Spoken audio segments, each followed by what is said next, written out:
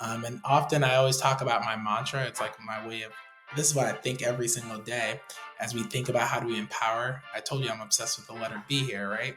So Mm-hmm. it's the whole idea of be hungry, be curious, and be humble. Be hungry for the problem you want to solve because we need more people being angry that that problem still exists in society.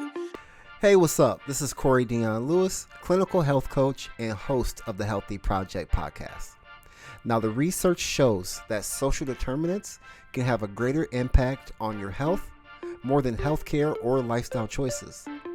The purpose of this podcast is to discuss how to improve health and reduce health inequity by speaking to healthcare professionals, thought leaders, and entrepreneurs. Now, if you're enjoying the podcast, give it a review. Or you can also make a donation to the Healthy Project using the link in the description. It takes 30 seconds and it's super easy. Hey, thank you so much for listening. Now let's get started. Hello, everybody. Thank you for listening to the Healthy Project podcast. I'm your host, Corey Dion Lewis. I'm super excited for our guest today, Mr. Bryan Buckley. Thank you so much for being here. I know, and we'll get into the conversation, but I know you got a lot going on in your life. So I'm I am I'm thankful for this time to for my audience to get to know you more and just talk about your health and wellness journey. So Bryan, thank you so much for being here. Yeah, for sure. It's a pleasure. Yeah. So before we get into the conversation, can you tell the people a little bit more about yourself and what gets you up in the morning? Hi, a little bit more about myself. So, professionally, Director of Health Equity Initiatives at the National Committee for Quality Assurance, and also an assistant professor at Georgetown School of Medicine. And I probably have a whole bunch of other things I do, but I think it all goes to what gets me up in the morning. And I always like think about this question because it's been asked a couple of times, and I always like revert back to my vision statement that I usually tell people, which is to exhaust my talents as a nexus for change through my blessings, failures, and community. And so, really, my whole entire why is how do we improve the health and well being of where people live, work, and play? And so, I think that's what gets me up in the anytime during the day and throughout the busy schedule that I have. Yeah, and that's such a great mission, and you do a lot with wanting to see how can you help other people see their best life and their healthiest life. Was was there ever a moment in your life where you had to have that come to Jesus? Like you had to reevaluate your own health. What did that look like? Ooh, health. So I could answer that in so many ways because it depends on how we're defining health and its full atmosphere of Yeah. physical, mental, spiritual. But I'll start with the physical just because usually most people will think about that. I would say my first time like coming to Jesus moment was probably when I was like I hit 30 when it came to my health. That's like the time that, I'd always been like borderline high blood pressure. And that was like one of the moments I was going through my doctorate program. And I just remember getting these like stress headaches. And it was a moment where I was like, you know what, I need to change. And at the time, my blood pressure like started getting higher. And I was like, you know what, I need to change my life. Like, so I was like, okay, I need to get better sleep. I need to start eating better. I need to start exercising more because what I was doing was not, sustainable. So Right. I think right when I hit 30 was when I was like, you know what? I'm waking up in the morning and, I'm feeling some pains that, just, I was like, I didn't even do anything. I was like, probably start taking better care of myself. I'm not healing and bouncing back as fast as I was in my 20s. So Man, the bounce back is a lot slower these days. it really is. That bounce back, you start to appreciate that bounce back a little bit more as you get older. Like, man, 10 Yeah, I was years like, ago. I can't like just go into an exercise. I was like, if I don't stretch, it's gonna hurt later. So I think when I came to 30, and I don't know, I think every time you come to like one of those monumental ages, it Yeah. makes you start reflecting like, hey, I still have like a lot of life left. And what's your mission? As you said, your why. And I was like, I can't do my why if I'm not at my optimal, self. So if I can't bring my full self to my work, then things are gonna suffer. So that was like I guess my coming to Jesus moment.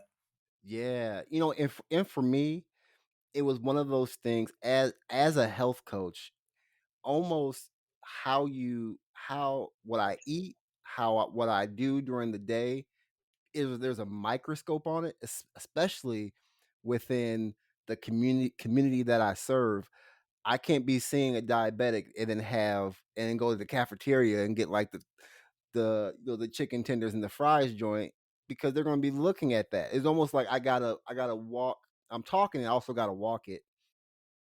But you brought up a great point about you know there are so many aspects to health. There's physical, mental, emotional, spiritual. But when you're thinking about health, what does that mean to you? Like, what are some of the things when you say I want to get healthier? What's the first aspect that comes to mind for you, or what are some of the things that you work on? Yeah. So things I work on is, I mean, I would say when it comes to my health, I look at it in the full spectrum of it. So, am I physically good? Am I mentally right there? Am I good with spiritually with myself? Am I good there relationally with other people? Because I think there's that aspect of health as well. And so, I like to think about when do I feel the happiest and most free. And I tell some of the folks that I coach too, like when you describe what a perfect day looks like for you, like that's like the sense of how I think about health. And so for me, a perfect day is hanging out with friends, chilling, vibing, having great conversation, not having a care in the world, not thinking about the next deadline I have to do, and just being. And I'm like obsessed with the letter B. So, Brian Buckley, a little bit there. And so I always have these I always talk about my B mindsets to my wife and to other friends, and I'm like, how can we just be, where you're just being with yourself and you're just at peace. And I think that's how I view health.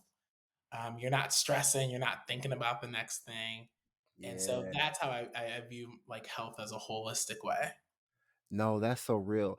Also, the social aspect, social wellness is something I don't feel like we talk about a lot. It, No, and literally it happened. I think we started talking about it when COVID happened. yeah, We were socially isolated, and I did a lot of work with a nursing home project, and that was a big thing in nursing homes where people in nursing homes felt disconnected because they couldn't visit their loved ones couldn't visit them, and that's a very big thing. As human beings, we're very relational, social creatures, and so yeah, having that lack of interaction definitely impacts your mental health and who you are. yeah. I mean, I just feel like community is so important. But you also have those people that feel like doing too much with other people is almost draining to their energy, like those your introverts. And like Well, how I do mean, you I would push it. That there's still Ooh, just okay. a relational thing. Like introverts, it's not like they don't like people or anything. It's how much people's energy can they take on at a given time. Yeah. How Like much people can they people? exactly. Like I have the capacity to maybe talk to five people and fully be engaged with them. But to be fair, if it goes beyond five, even I as an extrovert get a little tired where I'm like, okay, this is Yeah. a lot of energies to manage. My wife, which is more on the introvert side, she's cool with talking with people. She just likes one-on-one conversations, and it's Right. we're good. And no matter who you are, introvert or extrovert, there's always people in your life that mean something to you that you want to interact with, whether it's family, whether it's friends, whether it's that coworker that makes you feel happy in the day. And so there's always a relational side.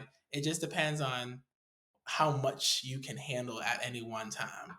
Right. As an extrovert, did the pandemic how did that affect you? Or did you feel that not being able to get out and kick it and do what gives you energy?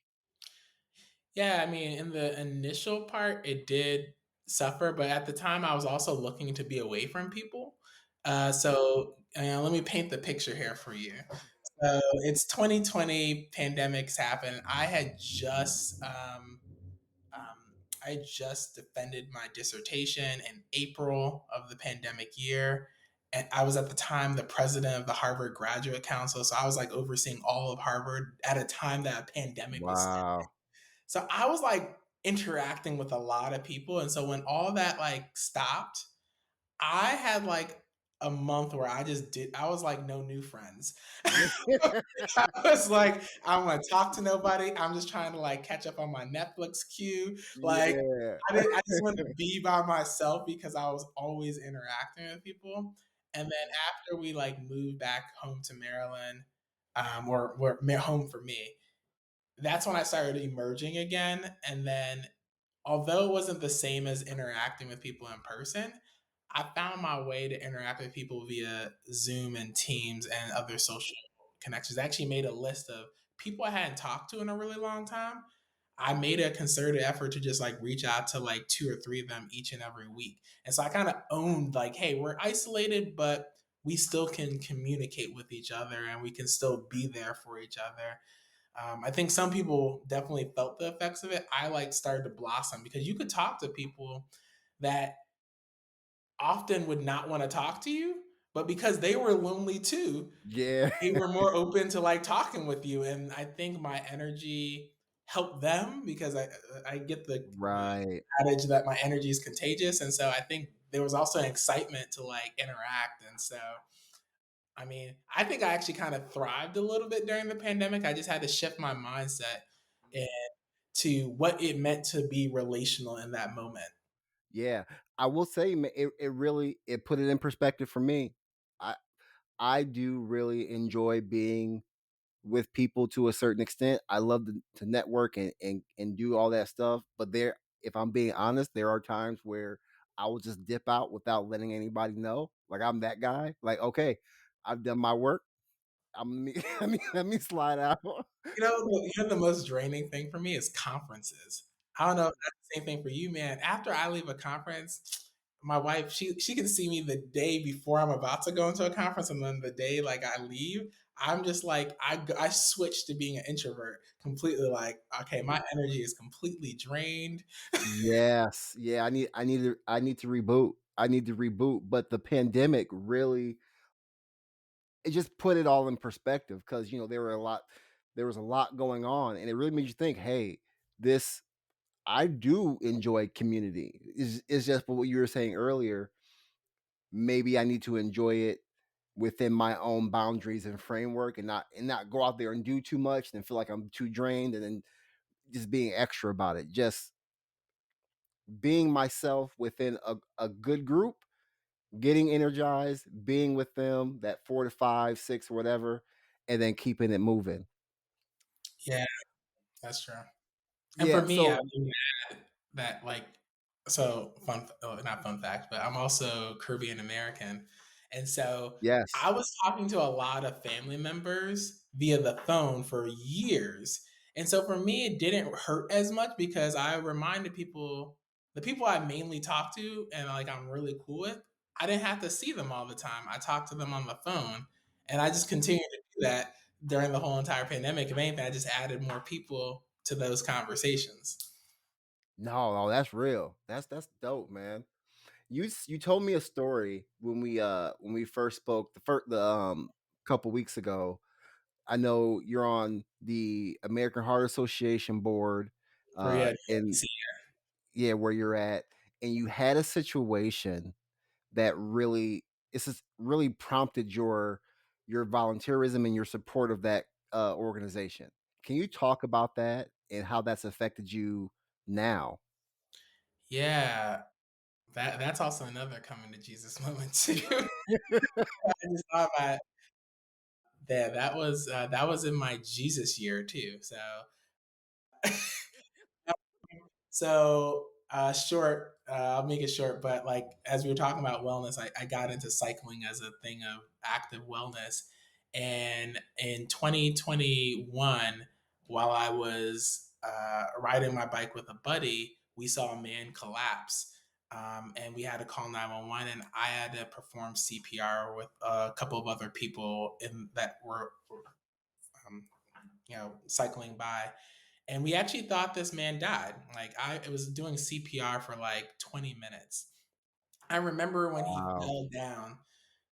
there was like these gasps of air. Like you could see him like struggling to breathe, but he wasn't like responding. You're shaking him and he's not like moving. He's just like trying. You can see he is focusing 100% on staying alive. And I remember the moment where his breath started getting slower, and then I remember the last breath he did where there was just this like exhale, and I saw his eyes glaze over, and I was like, okay, time Ooh. to do CPR. And I hadn't. I was a lifeguard back in the day, so I knew some part of CPR, but I didn't know like, I wasn't like I did a re up, last year. Yeah. And so I'm like, man, it's been like 10 years since I had to do this. And so I'm like, I asked anyone if they knew CPR, and there was this woman, and she's like, I kind of remember I did a class like 2 years. I was like, I'm gonna start, but I don't remember everything. Watch me and like kind of coach me to get me back, and I know it's gonna come back. And so once I started, she kind of gave me a little bit of thing, and then all of a sudden, muscle memory started coming back. Mm, I ended up doing mm. CPR for 20 minutes. I was training two other people because it's very tiring doing CPR. Right. And the police got there. They brought out the AED, and we thought the man died because they kind of like drove him away really quickly, and so we left just thinking he died. And then like a couple of days later, we got a call from a detective that said, "Hey, are you Bryan Buckley?" And I was like, "Yeah." He was like, "Well, the man you did CPR, he survived." Wow. Like changed my world. His name is Christopher, and him and I like we text like probably on a weekly basis now. We're like family. But he really put into perspective the importance of heart health and that a cardiac arrest could happen at any moment for any reason. And we saw this with Damar Hamlin, which I actually got to meet not too long ago because he's doing a lot of advocacy at Congress right now in partnership with the American Heart Association to pass a bill so that every school has an AED and is training students in CPR. And so it just became a big passion project. I came into the Heart Association on the board thinking in DC area, thinking, oh, I'm on focus on my health equity stuff, my public health stuff. And then that happened like a month right into my boardship. And that Wow. became my main focus.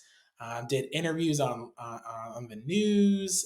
Was the Open Your Heart story. It was a big thing, and so it really put into the idea of mind, body, and soul, which was the theme of that heart ball that I had gone to, and also how are we thinking about our health in a more global way. Man, that is when you told me that story, man. It's like it's one thing to see it on TV, you know, you know what I mean, and or to go through because at where I'm at, we got to get relicensed every 3 years, and it's one thing to do it on the dummy and to see the Yo, video. it's so different when you do it to a real person. Like that one thing they say when you're doing CPR, you're supposed to go like about an inch down into Yeah. where their rib cage, their sternum cracks. Like I felt that and felt like yeah, I was like, it's nothing you can prepare yourself for, but like you just go into autopilot, like follow your training. Yeah. Like I was telling that to myself in my head, follow your training, follow your training.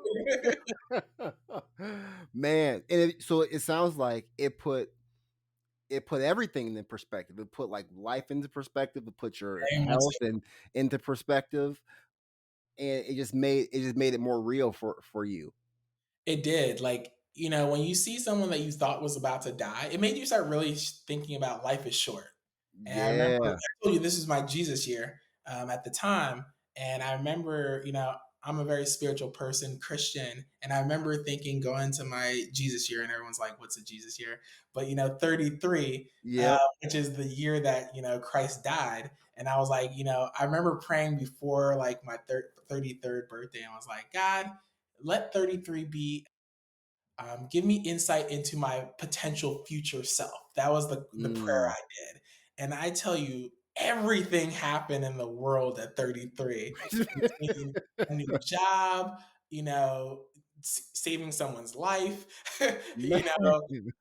you know, getting awards, buying a house, like everything just happened. And I like was like, it put perspective. I started my first, like, I had always said I wanted to start a business because one of the big things I had a passion for was coaching younger Mm. people in their career. Started that, so it just like put in perspective like life is short, so let's just start doing it. Don't wait for it to be perfect. Just start. Yeah, man. Apps just you just gotta go. You just gotta keep moving. So you got a business. You have a thriving career where you're trying to help people. I know I was exaggerating about being on 15 boards, but you are out I'm here. not on 15 boards, but I'm on,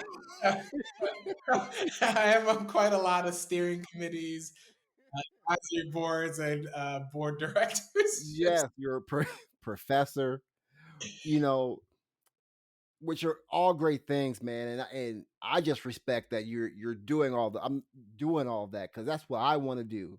And my question to you is, with all that going on, how do you maintain your mental health? Mental health.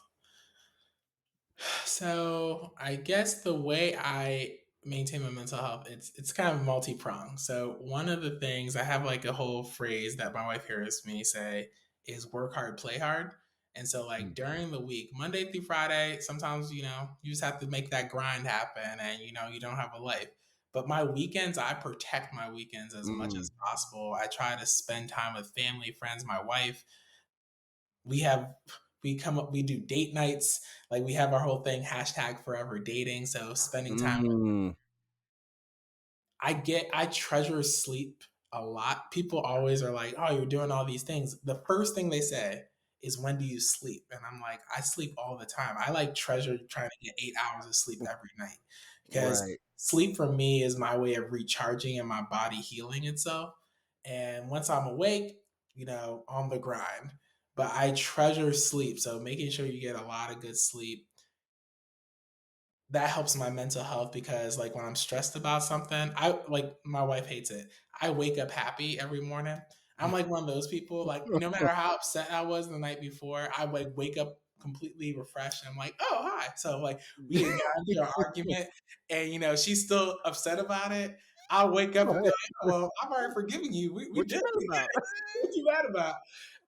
And so I would say sleep, and then also finding times to just like do things that make you happy. So I have like some guilty pleasures. Like I love watching movies and TV series. So like I'm a big horror movie fan person, and so like, Okay. I try to watch at least like one horror or thriller like once a week, just to like. It's when I'm watching movies, it's like the one time I'm like not thinking about anything. I'm like that kid that's at the movie Yeah. fully engaged. Like I don't want to talk to you. Don't talk to me. Don't ask me no questions about the movie. I'm like fully there. And Right. so doing things like that helps my mental health and exercise. So cycling is one of the things I do. I love being out in nature and just like taking walks. I'm like trying to bring that back with some of my colleagues. Like when we have meetings, I'm like, we don't need to teams each other and see each other, our faces. I know what you look like. How Yeah. about we do a walking meeting? Like you get outside, I'll get outside, and let's just be on the phone and talking because I can communicate the same exact thing to you doing. Yeah. So I say it's a multi-prong, but that's how I like think about my mental health in many ways. Just really looking at all those because if your physical health is suffering or if your social, it all they all are linked interdependencies with each other, and so I try to make sure that I'm doing something each time, even eating healthy. Like I'm pescatarian now, and so Okay. just eating healthy, trying to get more vegetables and fruits in my diet. That's like what I do to try to stay and maintain healthy. So my body's good, which helps my mind. And then just seeing like, I don't know, for me also what gives me a lot of great joy is when I see people like the self-actualization of their own greatness, I think is also like a good thing. Mm. That's why I got into coaching. So like some of my coachees and when I'm like pouring into somebody, and I see them like finally make the big steps, those moments, those moments, those give me like a lot of joy. Yeah, yes. Almost like you're achieving that as well with them. That gives you Exactly. that battery in your I'm back. like their biggest fan out here, like, just Mm. cheerleading right there. So Yeah, man. That's so dope. You know, with the work that you do is within the public health space, and and the coaching, how do those, are those totally separate? Do you see like are there similarities with public health and your coaching, and how do you separate the two, or do you even have to? I look at it as my being as a whole. So, like one of my favorite quotes that my grandfather would always say is he's like, Brian, we're on this world for two reasons. One, to make the world a better place with whatever God given talents that we've been given. And two, to mentor and coach the next generation to build on that work. And so I look at it as kind of core to who I am. You had talked about that why before. That's like Yeah, part of my why. I said my community, and I look at the community of either public health practitioners, because I would argue everyone does public health.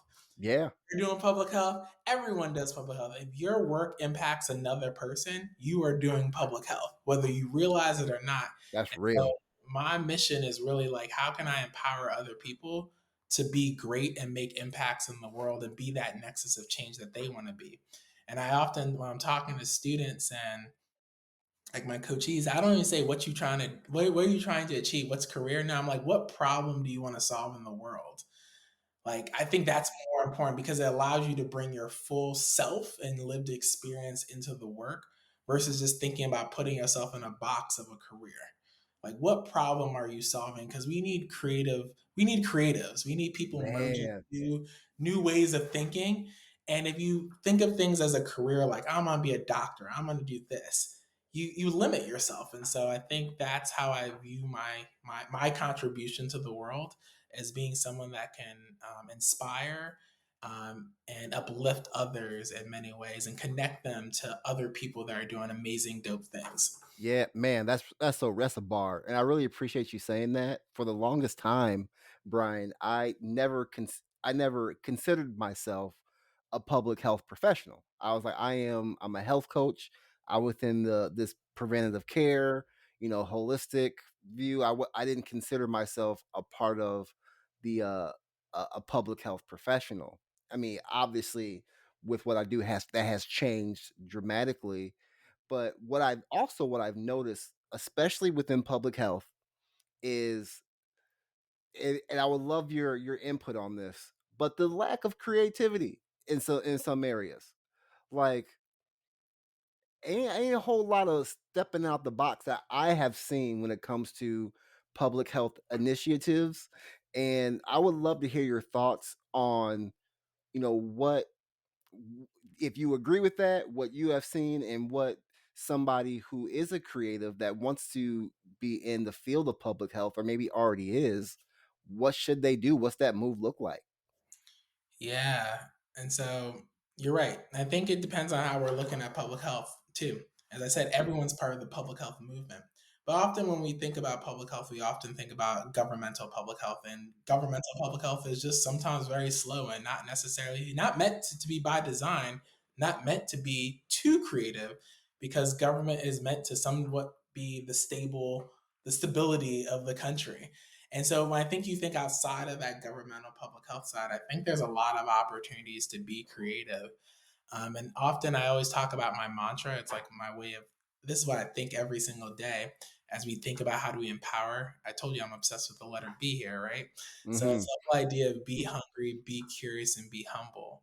Be hungry for the problem you want to solve, because we need more people being angry that that problem still exists in society. Like, I don't need your, "Oh, this is a nice idea." I need, like, your anger a little bit. Why do we still have, high infant mortality for Black women, or why, or maternal child health issues? Why do we have still racist policies that have not been questioned whatsoever?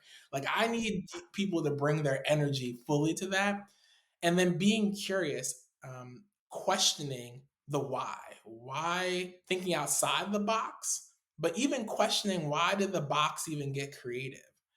Like, and I don't think we always question, we assume that everything was Yeah, made very well. Like, let's question the box. Why was this box even created, and for who was it created for? yeah, And then last is being humble, in the sense that any type of major change you're trying to make in the world, and I always say public health is a team sport. Like you cannot do it without other people. So you got to be humble to know that you contribute to this one area, but you're going to need to create your tribe that is also thinking about this and the same energy and bringing their energy to this work so we can actually make change happen in society. Because it requires people being angry about something that's just not right and willing to be brave, pragmatically brave to want to change it. Man, I almost want to say mic drop, but it's it's on. I can't drop it. It's stuck there. It's too expensive. Yeah. Yeah, I'm not dropping that, but it is so true, and it's almost like we've accepted the box because it's been there for so long that we're just used to it, and it's going to take somebody being angry. I love that, being angry, so passionate about something, you're angry and you're asking those questions. That's really, really good. Bryan, thank you so much for being on the podcast with me today. I really appreciate it. This was a dope episode. For anybody listening that wants to learn more about you, and just connect with you, where can they find you? Yeah, you can find me on LinkedIn, Instagram. So if you just put Dr.